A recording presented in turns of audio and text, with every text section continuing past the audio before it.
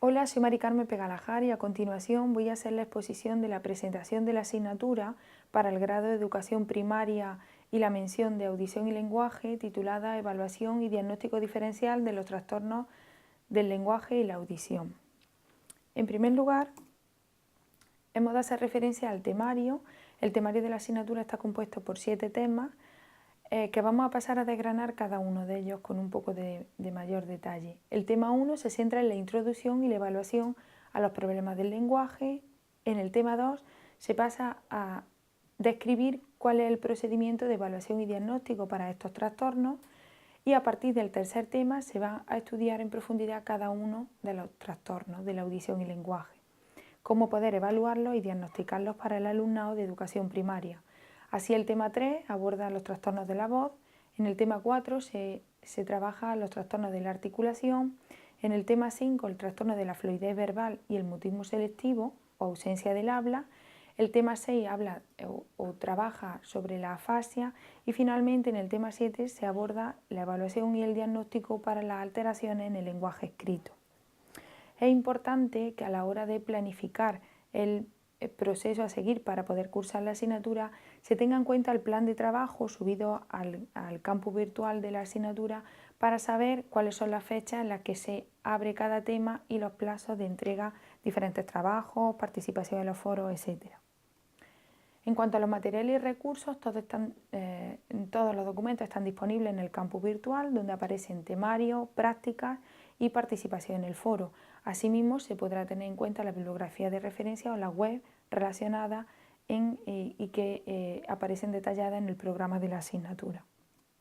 En cuanto a la evaluación, destacar que un 50% de la nota final corresponde al examen, un 30% a la realización de trabajos, prácticas, que bien pueden ser individuales o en grupo, y un 20% a la participación del estudiante en foros y en tutorías.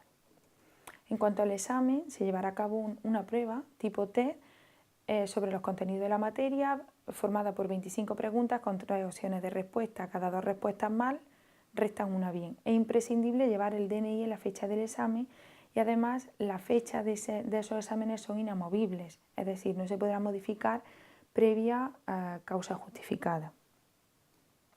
En cuanto a las prácticas, se van a llevar a cabo 4 prácticas, la primera de ellas relacionada con lecturas obligatorias sobre artículos o documentos científicos relacionados con algún tema de la asignatura. La segunda práctica se llevará a cabo un videoforum sobre uno de los contenidos a tratar en la asignatura también.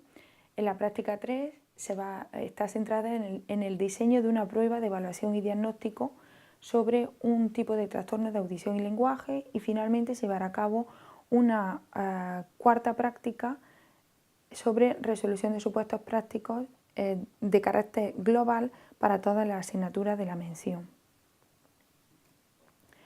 Para las prácticas se utilizará el apartado de tareas del campus virtual. El alumno dispone de un tiempo limitado, de ahí la importancia de considerar el plan de trabajo establecido al inicio de la asignatura.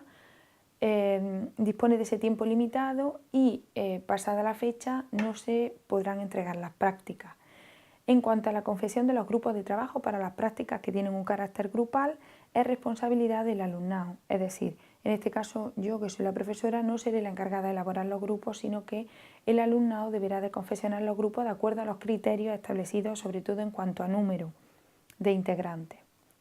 En cuanto a la participación de los foros, se establecen 3 participaciones, el alumno deberá de participar al menos en 2 de ellas y tener en cuenta también la fecha de participación. Pasada la fecha no podrá participar en el foro.